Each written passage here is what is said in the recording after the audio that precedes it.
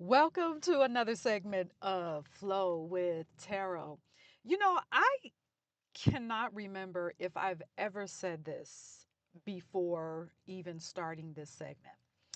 But if you are a current tarot reader, whether you read cards for yourself or for other people or both, or you're just getting into tarot, maybe you have a tarot deck that you have not uh, broken in yet. I invite you that as we go through this, sorry, I'm trying to get this lighting right, that as we go through these cards, that you also pull the same card and let's connect with the card together. Perhaps something different will come up for you as I'm sharing what's coming up for me at the time. And let's, even though this is a recording, we're not live, in a sense, that can be interactive. And I think if you do have a deck and you're a tarot reader, maybe you're interested in tarot, you'll get more from this segment if you approach it that way. All right. Now, I'm not here to tell you what to do, you grown, but to get more from this segment for yourself, if you have a tarot deck, pull the same card with me and see what is coming up for you. Actually, what I would invite you to do is, since I put which card we're addressing for the day in the title, pull out the card first, talk through the card yourself before even hitting play on my video. And that way you can see perhaps uh, what came up for you is the same as what came up for me in the moment. Maybe it's something completely different. All right. Maybe there's a different angle. Maybe there's different angles coming in from all over, which is a beautiful thing. But I invite you to do that so that you can get more from these videos. All right. So, with that being said, let's flow with tarot. Let's see what card is going to come up here. Ah, let's pull this one. Let's just pull this one and see. Ooh, see what it is. It is the Queen. It is the Queen. It is the Queen. It is the Queen of Pentacles. All right. The Queen, she's here. She's here. She is steady. She is sure. She is confident in the actions that she is taking. She doesn't just take action just for the hell of it. She doesn't just take action just to look like she's productive. She takes action from the space of her sovereignty. She takes action from the space of her autonomy. She takes action from the space that she is an alchemist. She takes action from the through the lens of her magical bag. She didn't ask for permission because she doesn't need it. She didn't ask for validation because she is validation. She is a resolution. She takes action through that lens. As she is taking action, she is calm, she is present. Her presence is powerful. She's not loud. She's not loud at all. But her confidence, her expression, which she exudes, says everything. And she handles that with great responsibility. She knows that when she shows up, her presence exudes in authority, it exudes a power. And she knows it, but she uses it with responsibility. She uses it with wisdom. She's not using it to trample over anybody, but she's using it. She knows how to use it to her benefit without trampling over anyone. She doesn't have to do that. She doesn't have to live that way. She doesn't have to think like that. She doesn't have to walk like that. She doesn't have to talk like that. She doesn't have to dress like that because her presence, her frequency is power.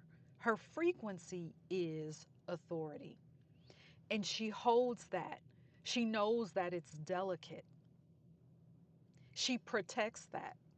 She protects her frequency. She protects her energy. She protects her actions when she is doing a working, when she is doing a ritual. She protects her ritual.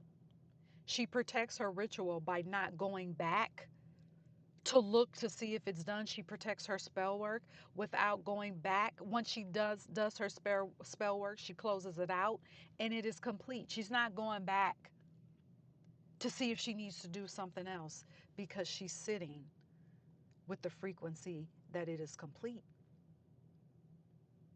She understands that if challenges arise, her work is still working. She already knows that if challenges arise, when challenges do arise, that that is part of the working. That is part of the elements taking place for her benefit. That those are the elements that are falling into place so that she can see what she desires. She's settled in that. Not settled in a way that she's settling for less than what she desires. No, her nervous system is settled in that. Her nervous system is settled in her power. Her nervous, she's not trying to pretend like she's not powerful. She doesn't try to pretend like she doesn't know that she's gifted. She's not trying to pretend like she doesn't know that she's spiritually adept and that that spiritual adeptness she applies to her physical world. She's not trying to pretend that she is not the baddest, but she exudes it with peace. She's not running around telling everybody she's not wearing a t-shirt. However, the way that she does dress from her frequency of power. There is a difference in how she presents herself, not to let people know who she is, but that is her identity. Her surroundings reflect her identity. She is grounded. She is rooted in her identity because she is very sure. She knows who she is. She also knows that there was conditioning, that there was some programming, but she also knows that she has the power to unhook her energy from that conditioning. She also knows that she has the authority to unhook her energy from that programming to return to herself, her true self. And she sits in that with silence, in silence, with her head up, chin up, shoulders back, like a warrior queen. She's got a gold breastplate. She's got a sword in her hand. Pentacle on the other hand, because she's grounded, because she's bringing all of that to her physical life. And it's working for her. It's profitable for her. And she's not ashamed of that. She doesn't hide that. Does she flaunt it? No, but she doesn't hide it. So that's what I feel about our Queen of Pentacles here who has shown up. Okay. Grounded and powerful in her authority. I love this card, if you can tell. Okay. All right. So let me know what your takeaways are from the card. Let me know what you got from the card when you held the Queen of Pentacles in your hand. And you know what I'm going to say? For the next few days or maybe the next month, see how you can invoke the energy of the Queen of Pentacles in your life. Look in your surroundings. Does the energy of a sovereign woman, the energy of a woman who is settled in her nervous system, does your environment reflect that?